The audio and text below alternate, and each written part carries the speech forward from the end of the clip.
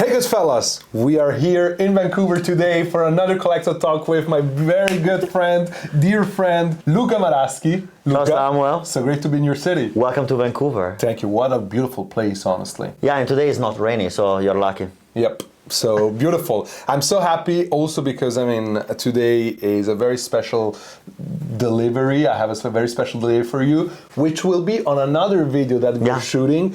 But I also thought, since your whole collection is in Vancouver, it would be the perfect moment to do a collector talk showing the incredible pieces you have. And people might ask, what is it that we have here? Is it once again just pens? Yeah, they're just all the same pens, all Montblanc 149, with the exception of 3 that are here, and a custom design, but they're all 149 pens. We have a special guest there that is an eye artistry, but the rest, they're just simple 149s. So to make it clear, you are about to see what probably is the world's biggest and most complete collection of Montblanc 149. The classics, which are in resins, but also more special pieces, some custom made, some high artistry. So this is going to be absolutely insane. I already have goosebumps about that, Luca. And it's an historical video because this is going to be for the records, on YouTube. Yeah. When people will look about pens, will look about Montblanc 149, they're probably about to watch this exact video. Hopefully. So I would say, Luca, people know you already because there is another collector talk that we've done when you were in Zug. If you're interested and want to know more about Luca, then you should definitely check out that first collector talk that we did. But say that, let's start. What are we looking at? Where are we going to start? That's the difficult one. So we left 2 years ago when I just restarted my passion with collecting, with that question about 149, right? And then the journey of collecting them and retrieving them, learning about them, started again for me. And I think it's actually fair to say that it all started with this particular pen, right? So we're talking about the 139. Can I? Absolutely. I'm going to touch them all, I'm sorry. Absolutely. And they are actually here to be touched and used. The particular thing about 149 is, for me, the nib. So the largest size nib. And this is where everything started. So an historical piece that I was very lucky to retrieve through a dear friend of ours. I remember when you got this. Yeah. Piece of history. Yeah. What year are we talking about here? So, so the 149 starts around the 1948, right? 49. The interesting thing is that it's a post-war pen. So this pen was made just right after World War II. Incredible. And what a great condition. This is a true piece of history that we're looking here at. And I love the shape, the size. It was a great start for what then became the 149, actually. Yeah, and just to kind of like do a little jump in time, as you know, back in 1992 is when we can date the limited edition collection, right, with the famous Hemingway. Absolutely. And if you look at the shape is very similar, the clip is very similar, True. Size a little bit smaller, but still we are talking about a big size nib. Yeah. 149 nib. 149 nib, exactly. With this beautiful coral color, which is also a typical, if I might already jump it up. Maybe it's a good thing that we are kind of, we can kind of put them next to each other, because we're talking about one of the latest 149 limited edition, and this is one of the first 149 limited edition, both featuring this typical heritage coral color that is part of the archives of Montblanc, right? Exactly, and that's, I think, the unique part of these pens, right, is the beginning, the celebration, where everything really started, right? And so that's, to me, the beauty of collecting 149.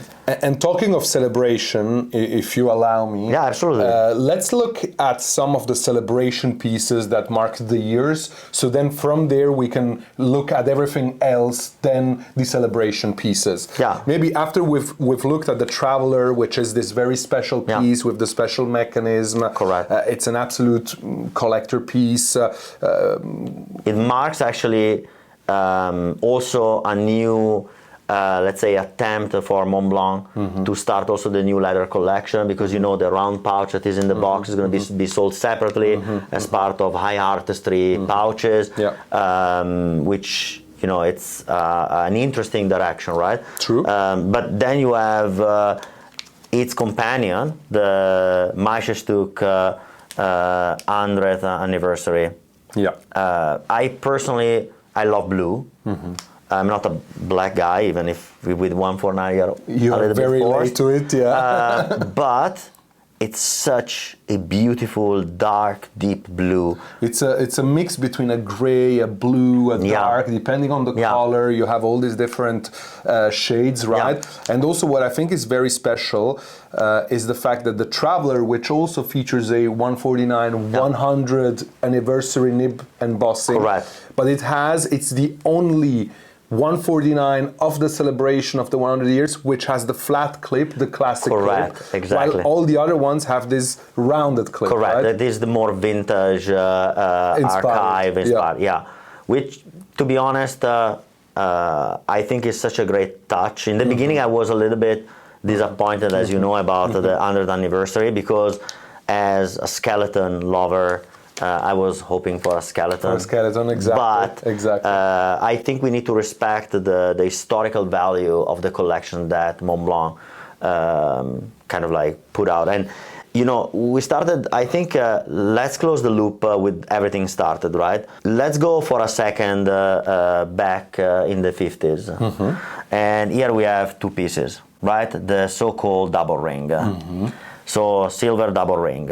And you know, I have two, because beautiful kind of ivory, discolored, yellowish. Right? Wow. That, by the way, you see in 3 pens that are not here because they are now in a package traveling to Vancouver, and are the triangle, circle, 5-point star that are a celebration for the Middle East. Not celebration, they were made especially for the Middle East because of the 6-point star that Montblanc has, you know, the whole Israel thing. But they also have a yellowish ivory. Of course, because it's from back at the time, back at the time. So probably, as we're talking about this, we'll probably already be able to show B-rolls, because the pens are not here yet, but great we're talking about them, because these three are three historical pieces that one, like you, that collects 149 needs to have in the collection. Absolutely. And these one are exactly identical, if you look at them in this way, right? But then as soon as I turn them, they change the feeder. So this is a vintage feeder, and this one is the second edition. So they're both around, right? They are actually 5 years apart, like 4 or 5 years apart. The more rounded one and the flat one. Yeah, this is the flat is the first one. So we're talking about 1950 crossing, and this one is like 55. I mean, they are beautiful pieces. The feeder is slightly different, because one is more shattered.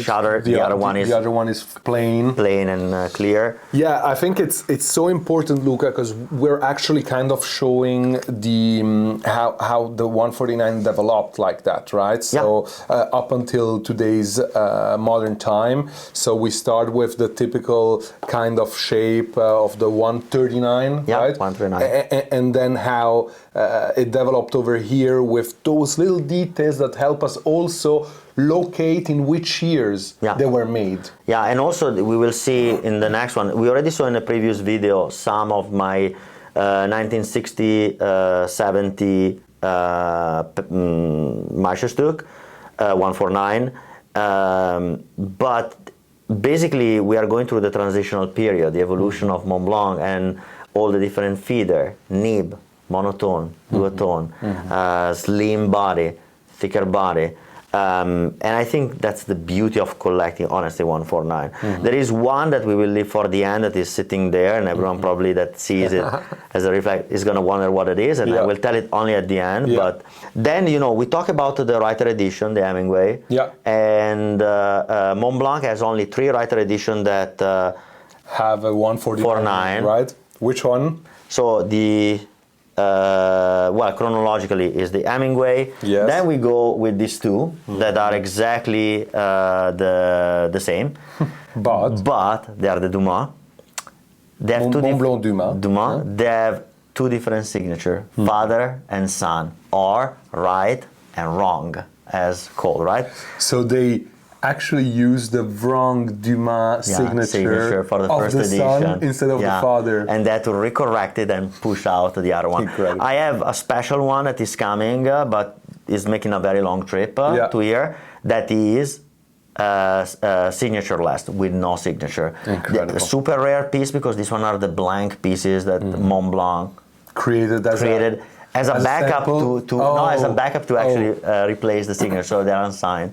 Super interesting. Beautiful, honestly, beautiful pen. I love it. You're making me want to have one of these now. You see, this is what I love also about this talks, that every now and then you rediscover some pens that you know about, but you hold them in the hand, you see the details, you hear the stories, and that automatically relates to me, and I'm like, I need to own one of this. So I'm not going to take one of yours. But then there is the Homeros. Yes. I think, generally speaking, one of the most beautiful ever made by Montblanc. The body is phenomenal. I agree. The balance is phenomenal. I agree.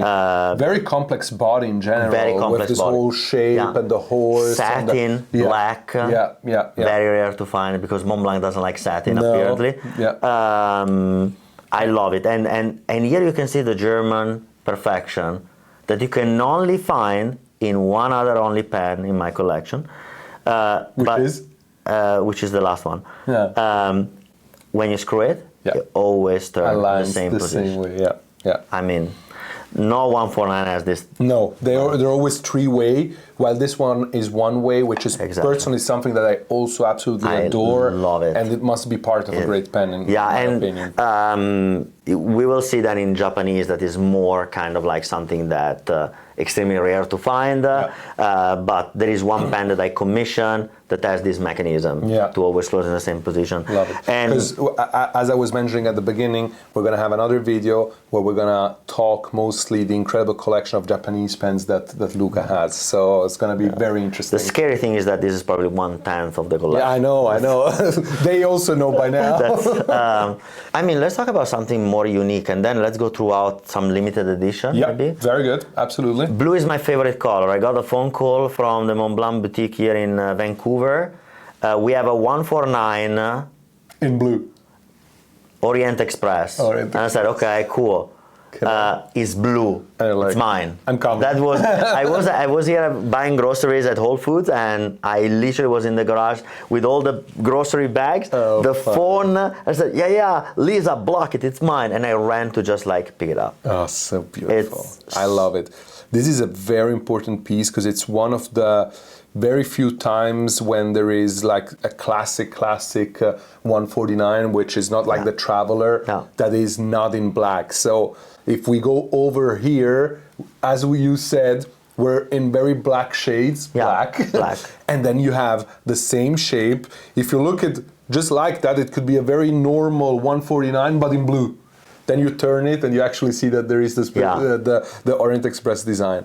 It's a pen I absolutely love. 4,810 pieces made of this one? Yeah, correct. And the nicest thing is that our friend Gino had a 146 in blue, which was a prototype. So the blue is another archive color. Very, very rare. I don't have the 146. That Montblanc used. Let's show. You told me, because we showed some of the celebration pieces. You told me that you have 3 75 years. Yeah. Why? Because there is the 75 year that everyone knows about in gold. Which is the classic one. The classic, right? let's say the normal one. The normal one, yeah. With the beautiful nib embossing. Absolutely. This is a wonderful pen. Love it. Probably one of the most beautiful 149 that one can have. Do you agree with that? I agree. I think of the classic, of the celebration for me, pieces. it's hard to say because I genuinely love each one of my 149. Each one has a, and we can tell, there are pieces that are unheard of. Mm-hmm. And finding them is the thrill, right? That's what makes collecting so incredible and so beautiful. And we're in touch a lot. Yeah. And every now and then we are, oh, I saw this one. You tell me, oh, I saw this one. I need to find it, locate it, try to... And then we go and search, whether me or people like Gino, which is also someone absolutely trusted. We go out on the market and we try to source and find those exact pieces. So what are the other two? So fun enough, you mentioned Gino. I was going to San Francisco. I was on the phone with him. And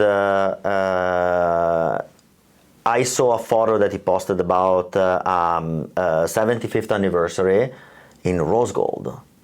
And I said, what's that? And he said, that's the limited edition in rose gold with mother of pearl, right? And clearly I told him, sure, put it in a box.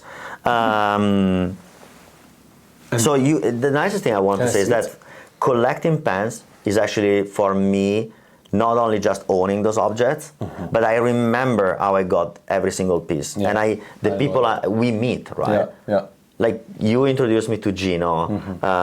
We started kind of like clicking, and it's kind of funny that, you know, I chat with him almost every day, send him a message. And that's a good way also, I think, to build a very strong community. That's what you are doing. And we were just talking before starting to record that, you know, collectors, they love to hang out in a community because we all learn about each other and about different, you know, pieces, right?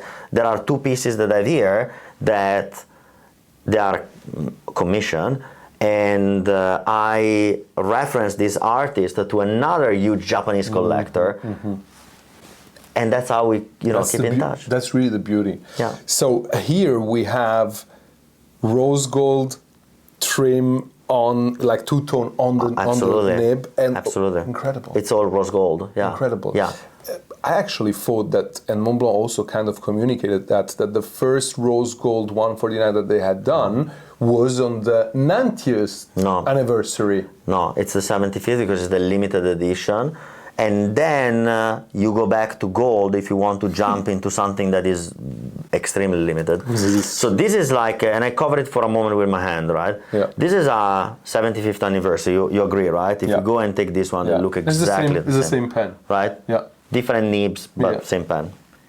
And then you reveal that this is Helmut Newton, 75 pieces ever made. This is number 72. Incredible. And he's on a beautiful 75th anniversary. Incredible.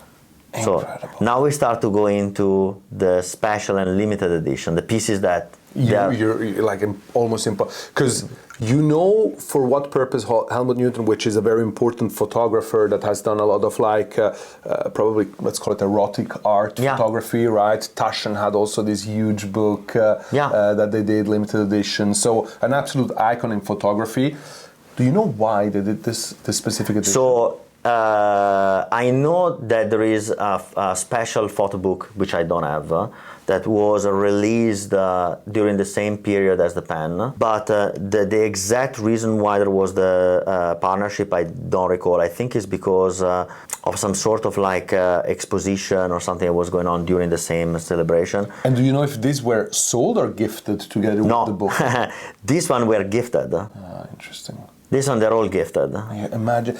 Imagine something that was just used to be gifted and now has acquired such an incredible historical value for the intermixing of stories that come into such a pen. Yeah, and kind of funny that every single, even gifted edition, comes with an original warranty, because Montblanc has this rule, and we will see later there is one piece here that is very special, that is not a 149, that has the same history, the same exact history. They're all marked with Hamburg. They all come from the main factory. That's actually, I think, the nicest thing. Yeah, absolutely. This one, very special piece, found through personal research, and it took me a good 2 and 3 months to get it in my hands. Find it, source it, buy it. Yeah, negotiating the price, because there's no, the problem that with there's no reference. There's no reference. So the price is, you know. The price is what you are willing to spend and what the seller is willing to sell it for. Correct. At Which, the end. you know, makes it extremely interesting to collect these pieces, because when you put them together, the value grows and grows and grows and grows. Yeah. Complete collections are extremely nice. And then, well, you mentioned the 90th anniversary, right? Yes. That is basically... Yeah, we know this one. This one is, you know... no, sorry, this one, no. There is another rose gold. This one? Yeah, sorry. The 90th is... No, that's another one. Look, there's so many. No, this is the 75th. Fun enough. And here it is. Yeah, that's another rose gold one. Yeah, and this is the 90th anniversary. Which, if you allow me, Absolutely. we can immediately put next to this one. Yeah. That's also 90th anniversary. This is a skeleton 90th anniversary. And so it's part of this series. Correct, exactly. And you were mentioning the fact that we all kind of expected that for the 100th anniversary there would be a skeleton. But I like the fact that they decided to, on purpose, not do something that people would expect. Because honestly, Luca, the most common thing that Montblanc could have done with the 100th anniversary would have been to do this shape. Yeah. It's what people kind of expected. Yeah. And then maybe do a skeleton out of it. Yeah, I would have loved it. Of course. But it would have been what all of us would be doing. Absolutely. And there's designers for that, right? Yeah. There's designers to go a bit deeper and to reflect on something. And at the end of the day, I think it was beautiful. But man, what beautiful editions, the 90th anniversary. I love it so much that I have two. Yeah, I can. One to use and one to store. Yeah, actually, yes. To be honest, yes. One probably is going to be part of a project that and we can tell later about it, but my collection and my way of collecting is evolving. And I think the 149 is telling that story for me. It's moving from a traditional pen to a niche, hard to find piece to something more unique. And that's where I want to evolve. So for me, 149s, they tell the story. And you know, like you already showed it in one of your videos, the extremely rare Oman. You know, it's funny. I wanted to go over to this one, and you got over to this one. I love it. Yeah. Because it's such a unique piece. I wanted to go over to this one because this is very relatable to the Helmut Newton. Right. This is something. Again, it was made by the Omani Minister of Defense. And it was gifted to specific people like bankers and people that had a relationship with the Omani office. A gift, you know, if you're someone that really appreciates pens, when you got the gift, you were probably, wow, beautiful gift, right? But if not, a lot of people just got it like that. Yeah, luckily. And today, this what? Luckily, so I could get one. Yeah, exactly. So now we hold something like such in hand, and it's so precious, so rare, absolutely incredible piece. Yeah, and I remember the day I got it. I was with my friend Filippo here in Vancouver, crossing the bay. And I think you texted me and I said, there is an Oman, and I said, okay, right away, let's get it. Go get it. Right, because the way we started actually, and we show it in our first video, was with this pen, Teatro La Scala. And that was 2 years ago. I was on my way to Rome, I remember. And you were already saying, no, I like that fact of the 149 and Teatro La Scala, Milan, your Milanese. My father, the opera. So you were like, let's do that. But this kind of initiated this whole obsession about the 149. Oh no, I'm obsessed. I'm like literally looking for every single 149 impossible to find. Yeah. That's my obsession. And the great thing is, I think that they're gonna keep on popping up at some point, right? Over and over, yeah. Because but then we move to some other extremely not hard, but you also show it in your video. I think if I'm not wrong, this one is the Hamburg, with a special oblique nib, right? Also, this one. I managed to get you that one. I think. This one, I think. No, this one I think. No, sorry, this one you got it from Gino and you sent it to me to do this one, and I did the video about it, right? And Gino was in Washington and we were texting, and it was like, to me, a very, very nice piece, because I love black and platinum, to be honest. So for me, this one is particular. Then I think the one you have, this one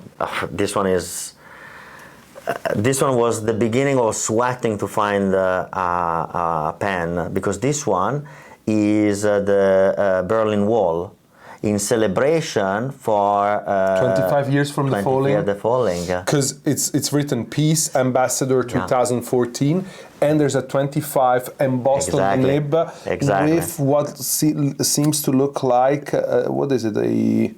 So theoretically, it should represent the falling of the wall. Yeah, that's the story. Exactly. Wow, this is something limited, Luca. Yeah, and then there is the other one. So maybe just for the record, that's the Elbphilharmonie. Exactly. People know so there about is another Elbphilharmonie. Yeah. So at the grand opening of the Elbphilharmonie, the Elbphilharmonie pen was given as a gift. Yeah. So the Elbphilharmonie, that particular one, comes in a white box. There is a black box. Getting it in 2 weeks. The only different thing is the box. It's like for the Unicef, where the 3 pens, if you are asking me right now which one are they, I can't find them. Because I need to read the serial number. Yeah, to read the serial number on the rim. They are exactly standard 149, so-called presidential in gold. But the box, that's what makes it a collectible. So 3 different arts. And then we have another special piece that is, again, Unicef. The treasure hunting starts. Luckily, the video technology allows us to make cuts. I don't think it's going to be cut. No, people love to see struggling, right? To find. It's like if people would be there watching right now. So it's, I think, part of it. So I think we need to find it. There is one. I'm going to help you. Help me. What is it? So there is a limited edition special piece that has a signature on the side, and it's this one. Found it. Found it. Perfect. So this one. So what is this one, Luca? This one. Sorry, we just put the whole expectation of the people up finding this piece, and now bam. So the UNICEF collection is made of Le Grand, Classique, we all know. Then 3 149 in 3 different boxes. Beautiful, by the way. True. There is, we already show it, Her Majesty Mamma mia. UNICEF skeleton. Can I touch this? Yeah, it's please. By far one of the most gorgeous pieces. Yeah. This is made. even in the Hamburg house. Yeah, Hamburg house, the Montblanc house. What am I saying? The Montblanc house. You understood what I meant? Yeah. Luckily, we know that it's in Hamburg. Exactly. Wow. And even for me, getting the chance every time to see these pieces again and holding them in my hand, it is special too. And wow. Well, there is one piece that I called you. I was invited to come to the Montblanc house. Yes. I couldn't make the trip because I was on a business trip. I know. And I remember you doing me a great favor to get the 146 for 146 of the Montblanc house. I remember I got you that one. And you sent me a photo, and I told you soon it's gonna be in my collection. It's standing in that box. So the Maki.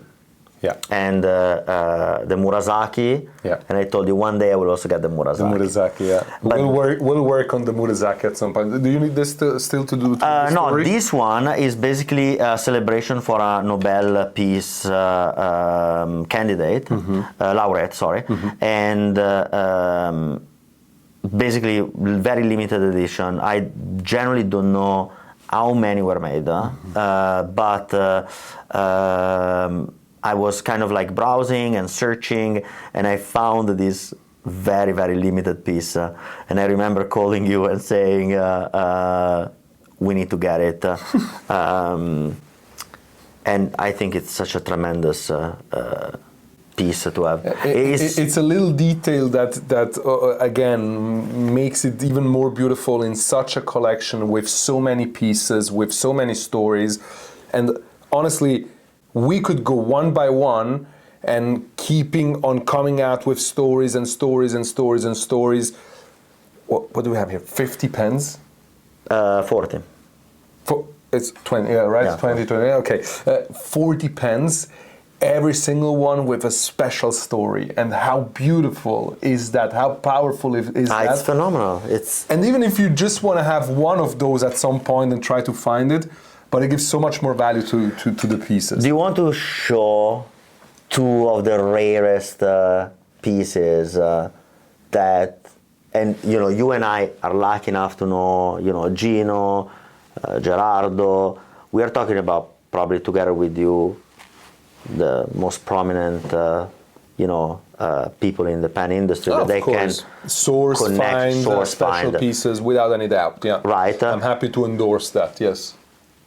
Two pieces that I've been telling you we need to find, and one it was completely random while I was having breakfast with my son. I saw it. I didn't wait like probably 1 second. I just pressed now. I need to have it. Which one? So this one is actually. Let's hope to pick the right one. Rose gold. This is the infamous Taipei. So this one was only sold at the Montblanc boutique in 101 Taipei. So this one, there are only 101. Rumor has it that they were sold to, the majority were sold to local people pre-release. Of the 101 Taipei, there is also the skeleton version, high artistry called Axis Mundi. Soon you will be probably showing it. A fantastic piece in celebration of the creation of the 101, the tower in Taipei. But especially the complexity of then being able to source one of these. And I remember how much we looked, we searched for it. And it's not easy. And luckily you are so much on it, because this requires a lot of time to do. So I think this is important also to let people understand. This is not some random collection that you go in a boutique and you say, I buy, just because you can't and you want to afford it. It's very important to understand that. This is a collection that requires hours of research, reading, understanding, knowing, being in touch with the right people, making sure that you're buying something that is not fake and that you're not being ripped off. I'm 100% sure it never happened to you because we're so much in touch. I would know immediately if it ever happened to you, and I might even would share it. We might even would share it here if it happened because it could help. It never happened because you're also cautious with whom you work with. 100%, and I know how to spot it. I know exactly the how detail, to spot it, and you're in touch with the right people in order to ask, to understand, to get an opinion.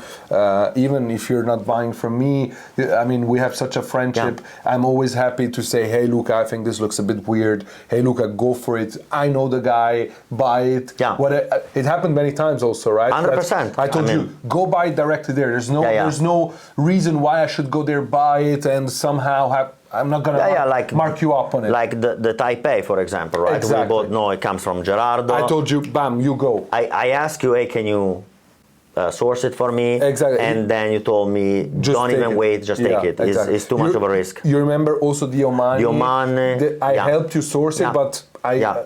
one-to-one.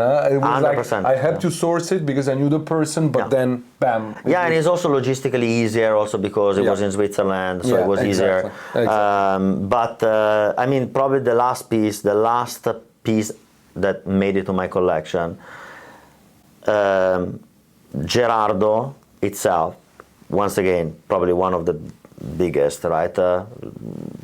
High-end writing instrument seller. Yeah, together with you. all the second hands. Exactly. Yeah. We do have a lot of like special pieces that are sold out. I mean, just look at the Richard Mille. Yeah. Just look at we get to do with the Dunhill Namikis, for Yeah. example. The Maki. The Maki, for example, exactly, which we managed to get you. But of course, we do not own 100% of the market, and we don't want to own 100% of the market. And there are great people like Gerardo or like Gino, which are very good at sourcing. They are reputable. They do a great job, and I can absolutely endorse them without me having any interest or financial interest in that. You know?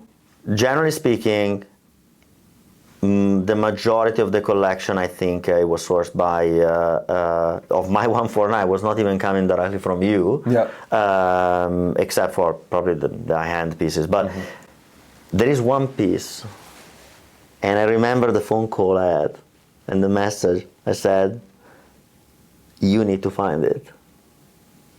And Gino is such a great guy. I love that guy. He's generally speaking like phenomenal.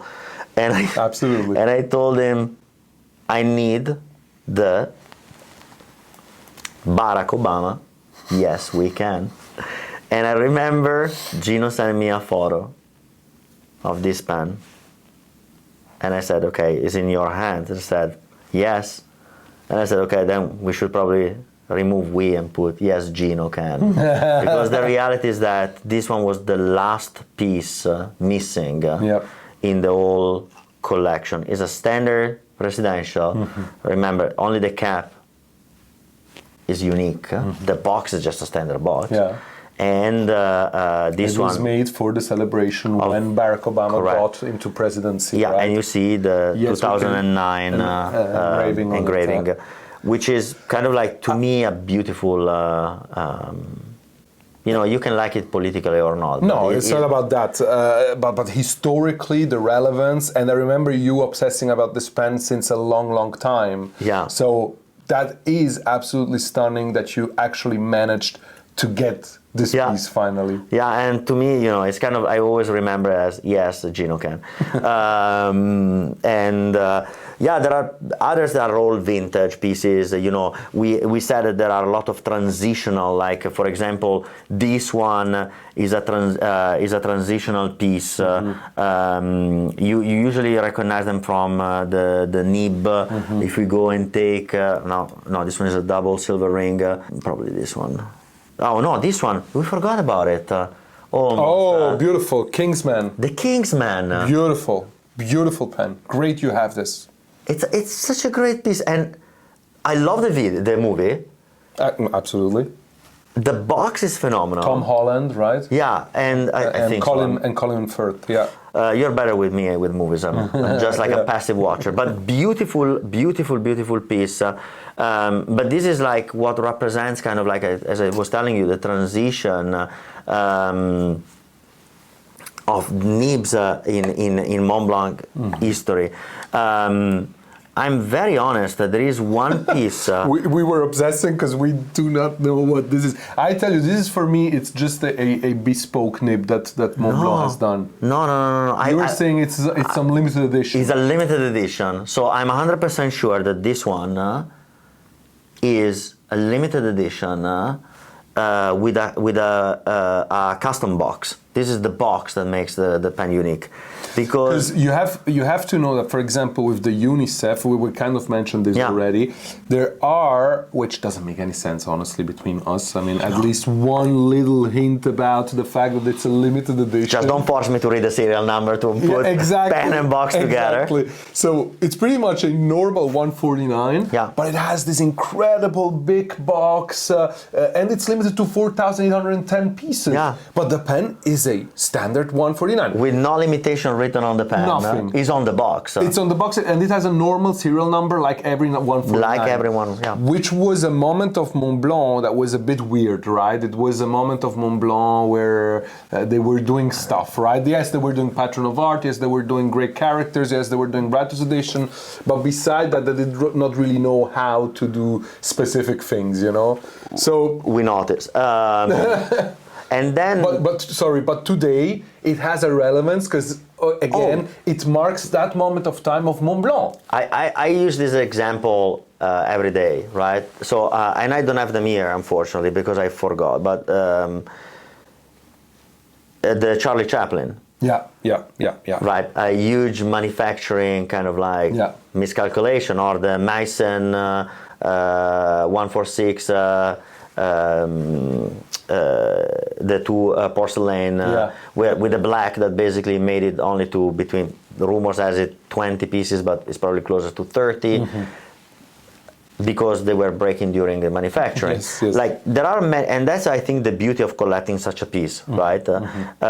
Here we have definitely probably my obsession collecting every single limited and special edition of 149 in resin. Right? Because then, unfortunately, when you finish with the resin, you need to move to something else. Exactly. And then you move to high artistry. And now we move to high artistry. But before going to high artistry, yeah. there are some pieces that are like super unique. Yeah. Like, for example, and we show it in a previous video, this one, the original demonstrator made for the store. Like, this is another piece that I helped you source, you remember? Yeah. And yeah. I told you, go direct, buy it, and yeah. let's make it happen. Yeah, and I truly care about you. Thank you. But this one was like, yeah, I must have, right? Yeah. Sorry, Sandro. Because he got one by now, but it's not as this. But it's one. the black epoxy. Yeah. This is the red epoxy, which is the store epoxy. Yeah. Which is kind of funny because the legend says, clearly, these one are pieces that were sold in a box. There's no warranty. There's no box, no paper, right? Okay, no, just to make it clear to everyone, this one there's no box, no paper, because like we say in Italy, they fell from the truck, which means that they were only given to stores and so on, and some made it out, right? Maybe for some specific very good customers or whatever it might be. They were like a gift for high artistry, probably big customer, collector, and so on. They were not meant for sale. And there is black and red epoxy. The epoxy is this blue. The red one, right? The red one, yeah. And the black is mostly store demo. Yeah. Red is actually meant a prototype store. Yeah. And that's actually what is nice, because these pieces are coming out straight from the factory, and they were like given to show how the making of the pen was. While the black represents how the mechanism works, because the black is closer to how this pen is made. Any one of this, except these three. Beautiful, guys. What a special thing to be able to see this pen, honestly. What a special thing. I mean, in general, we're so lucky that and I'm very proud, for, because this is also why we do all of this, is to be able to create a record of these kind of things and these stories which make the industry and make collecting something that is truly to be appreciated, right? And this is just out of this world. Yeah, just out of this world. And like Gino says every single time to me, there's no book. Yeah. This one is all research, is all personal work, right? Yeah. And then you fall, like, just briefly to another piece that I think it's majestic. Mamma mia, I really want to Blue see Hour that. skeleton. I'm straight gonna take it off your hands. Wow, Blue Hour Skeleton. I put it here. And Piece. for the viewers, it's not a Le Bon. It is the Montblanc one. It's the real one. That was a mean one. No, just to clarify that. It's true. It's true. I mean, honestly, it's not acceptable that brands just copy. They call it inspiration pieces or stuff like that, but it's a pure copy to walk on something that was limited of Montblanc. Yeah. This is the original one. What a beautiful pen. What a special skeleton, which is truly special next to the Unicef, which also has this blue kind of acrylic underneath, right? And if we talk about blue acrylic, Luca, there's another piece that has a blue acrylic underneath. I was going to troll you and take the Maki, but we take the Maki as a last. There are two actually. There's also this one, but let's go. Yeah, that one I was mentioning. Oh, okay. Let's pick then. Okay, you decide. No, let's go with this one. I love when we do collector talks. They don't like when I ask them to pick out the pen. They want to decide because that's the passion that is out there. I love because it. There's a story. Right? This one, I think it's one of the pieces that I told you I will never get rid of. Mm-hmm. It will always be in my collection. I remember when you purchased this from us. Yeah, it was.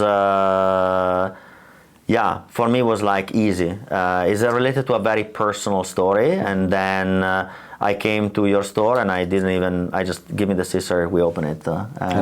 We did the video about that, do you remember? And it was like, for me, I love this pen. It tells... Honestly, one of the most incredible that Montblanc has made. I agree. Because what's special about this is the shades between the matte and the shining finishing on the metal. And the sharpness. And the sharpness.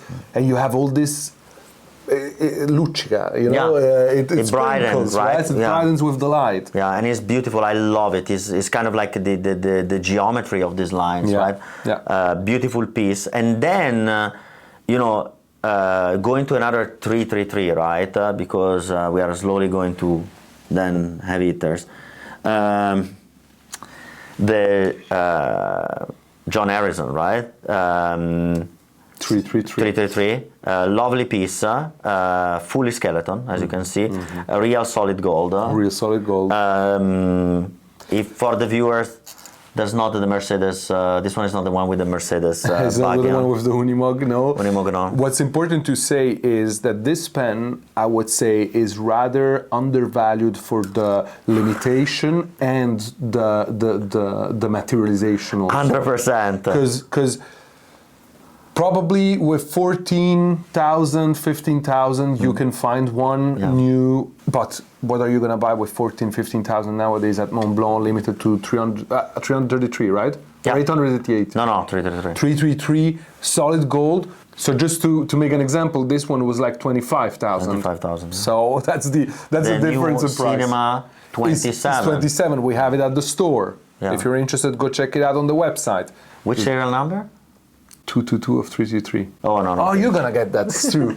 Guys, it's sold. If it was 17th, if it was the 17th, it was already here. Beautiful piece, love it.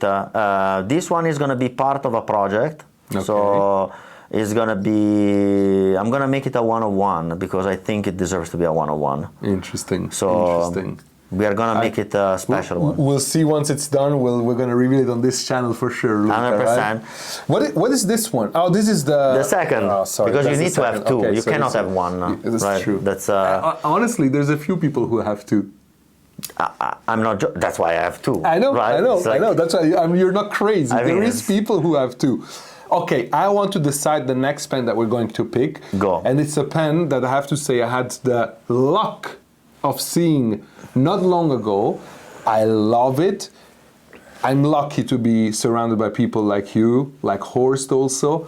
Please show me that Tour Eiffel again. Oh, so this piece, fun enough, it was not my idea to buy it.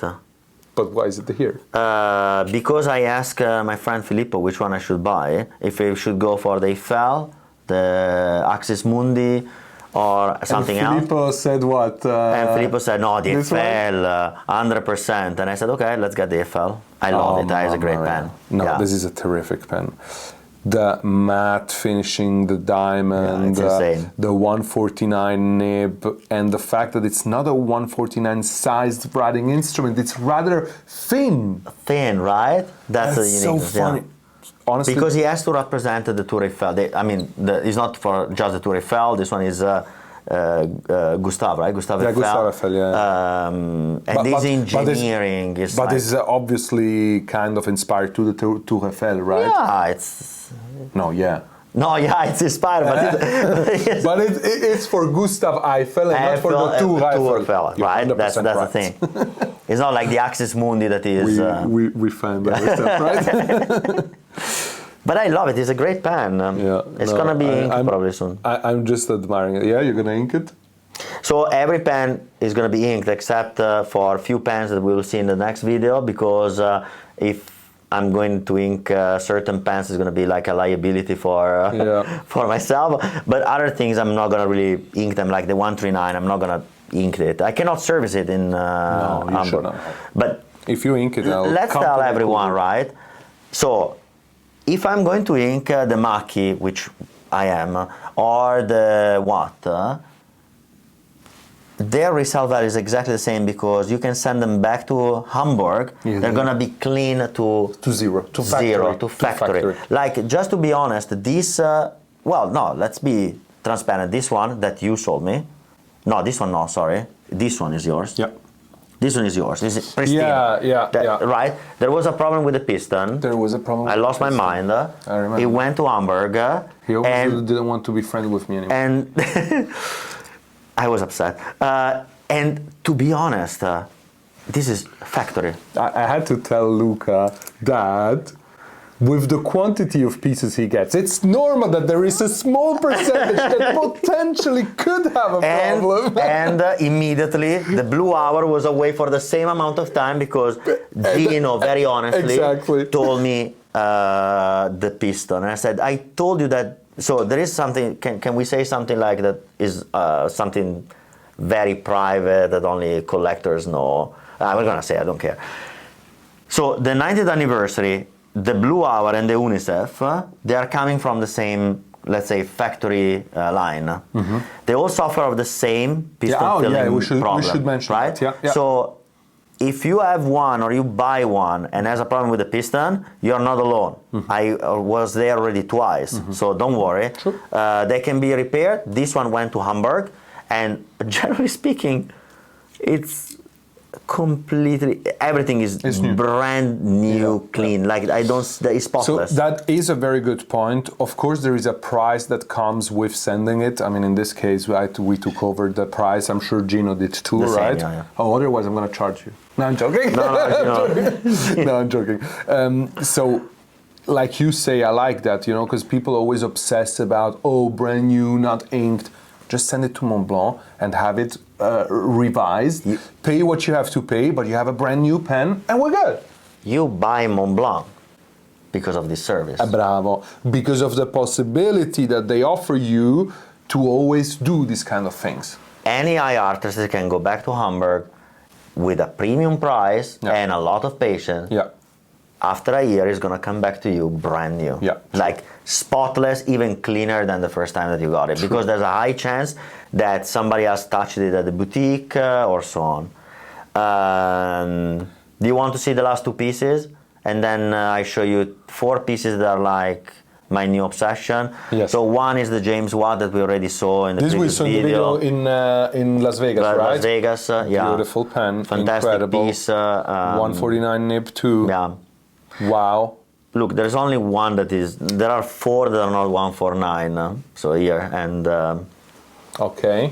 And the last one is something that we already mentioned and you already show it. This we just did a video about. Yeah, this is exactly the one in the video. This is exactly the one in the video. Is the Macchi. That's what makes it even more special, I guess, because it's now part of something that is on the net and that people are watching. Yeah, and you were the first one who actually show it in real life, because Mr. Wonderful was the first person to promote it. Yeah. But I'm very honest with you, Mr. Wonderful, great businessman, Canadian pride. True. However, fountain pen is more a buyer than a collector, in my opinion. But everyone does what they want. He has a few pieces, and that's it. But Yeah. what a pen, Luca! Yeah. I'm so proud that you own this now. It's a So beautiful proud. piece. Yeah. Now, next year, probably the Murasaki. We'll work on that. I'll help you get you that. That's a beautiful piece. So now we have 4 pieces left. 4 pieces. No, why 3? No, we go. This one is another perfect. one. Yes. Okay. Right. So we put this one back here. Yeah. So briefly, this one, a 149 standard presidential, nothing fancy, with a lot of Raden on. Not a lot, some Raden. This come from Tokyo Station, so CY is very limited. They only made 3 pieces with an Urushi artist in Japan, and this actually really started my obsession for Custom, bespoke, one of one, unique. Right? This one is not a one of one. No, because this was a series of pens that they did. 3 they made. 3, right? Okay. And they represent. Not really a series. They represent actually this one. This one, Sandra would love it because is the moon phase. So that's the kind of like nice thing, especially because he loves the moon, right? Absolutely. Then let's go to. I leave this we do as a last because there's a small story I want to tell. Yeah. There are 2. There is a third coming. Unfortunately, the artist is a Maki artist. From where? Japan. They don't give you any delivery time. date. Yeah. Right? Yeah. When it's done, it's done. and they tell you. So, and it's prepaid. Oh, absolutely. I mean, that's why it's very important. Always ask the age of the artist. This one is a custom design. I told the artist I want Raden, it has to represent the ocean, and I want a dragon to jump out of the ocean. And this represents what my son loves, the ocean. And I call him Little Dragon, as you know. Absolutely. Dragon and samurai are my 2 Japanese themes. And I'm obsessed, and this piece is like unique to me. There's also the signature of the artist, and there's written in Japanese at the bottom, "To my little dragon." So all custom-made pens, they represent a samurai or a dragon. They're all. This has been made especially only for you. Yeah, there's a one-on-one. They cannot replicate the design. The rule in Japan is that design cannot be replicated. Incredible. So if somebody wants to have exactly the same design, it's not going to be made. Because that's how the artist and the gallery respect. Yeah. I have 4 samurai coming in probably 1.5 year on 149s that are going to be completely out of this world. So how do you feel about the fact that, let's put it in a way, these pens have a specific meaning to you, but on the market they're one-of-ones, and probably, since you're such a big and important collector, they have a certain relevance, but they're not official Montblanc, Raden, like for example the Kyoto. But this has become way more important to you now. Oh, 100%. Right? For me, they're the most valuable because they're my project, they're my thing, right? This is here, the samurai, the same samurai that you see. I told the artist I want to represent against any odd. And the samurai that you see here, I have it tattooed exactly on my leg. I remember that. Because we spoke about it. Yeah, and this piece... Not that I see your leg all the time.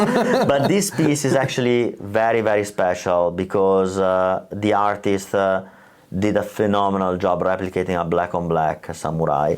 And I showed it to my friend John, and it was like insane, right?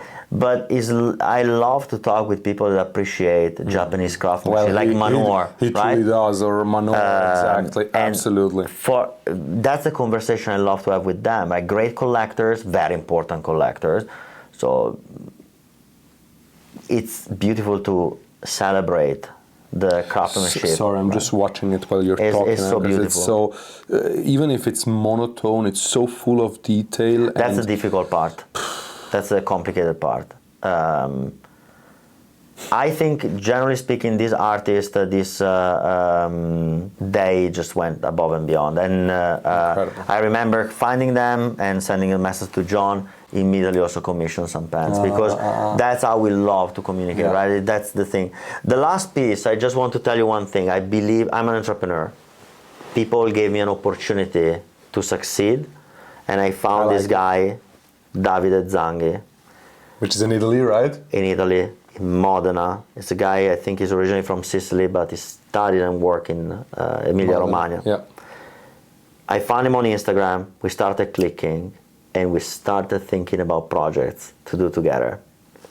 So I'm gonna say there's gonna be another project that we're gonna see in the next video, but this now. The other project is basically insane, but this one one is a replica of a 139, and I'm very happy to say it's a replica. Of course, yeah. This is but because you could never even imagine of owning something like that. And the original version had a drop filling mechanism.